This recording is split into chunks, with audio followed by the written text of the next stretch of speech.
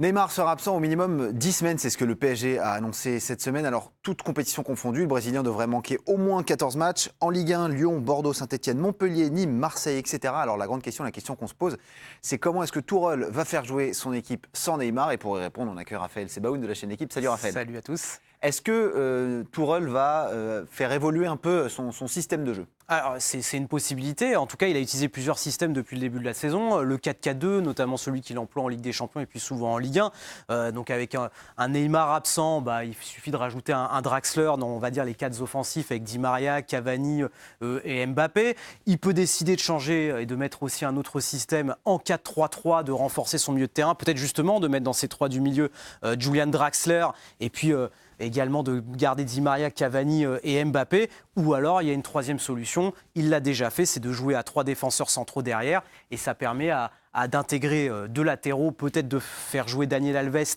un petit peu plus haut, Bernat de l'autre côté. Et puis de garder aussi cette animation offensive, toujours avec les mêmes que je vous ai cités, Draxler, Di Maria, Mbappé, Cavani. Draxler n'était pas forcément titulaire absolu au début de la saison, donc là il est amené à jouer beaucoup plus. Est-ce qu'il y a d'autres remplaçants du PSG qui vont profiter de l'absence de Neymar pour jouer plus? Est-ce que Tourelle va donner plus sa chance peut-être à Diaby, à Choupo-Moting? C'est une possibilité parce qu'on rappelle que le Paris Saint-Germain est encore engagé en Ligue des Champions. Donc si le PSG va loin, eh bien en Ligue 1, ça laisse du temps de jeu par exemple à un Diaby qui a donné satisfaction à Thomas Tuchel depuis le début de la saison. Ça peut être le cas également pour Choupo-Moting. Et puis attention, peut-être si les joueurs veulent attendre un petit peu la fin du marché des transferts, un garçon comme Luciano qui joue en MLS, qui est pressenti pour venir au Paris Saint-Germain pour remplacer numériquement Neymar, eh bien lui, s'il arrive vraiment au Paris Saint-Germain, ça peut être un bon achat.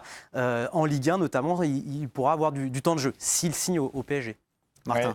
Ça me fait dire que c'est la mise à jour, c'est lundi 4 février. Et moi, je voulais juste ajouter un petit mot quand même, parce que ça fait... et ce message s'adresse à tous les gens qui en ont marre dans MPG. Désolé. Et en fait, ce que je voulais juste dire, c'est vous faites vanner depuis une semaine, vous faites tailler par tous vos potes. Peut-être que c'est légitime, parce que peut-être que vous avez un peu trop fait le foufou quand vous l'avez au mercato. Ce que je peux juste vous dire pour que votre équipe MPG soit encore compétitive d'ici la fin de la saison, c'est activer le mode expert, craquer enfin.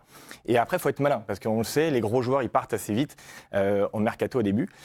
3 petits conseils qui valent ce qu'ils valent. À Strasbourg, Ajorc et Motiba, ils sont souvent dispo et ils marquent pas mal de buts. À Rennes, on a vu que Nyang regagnait un peu du temps de jeu, donc ça peut être un bon coup. Et enfin, à Amiens, il y a peut-être Konaté qui va revenir, on n'est pas sûr, mais en tout cas, il y a Timité qui peut aussi être une bonne surprise pour la deuxième partie de saison.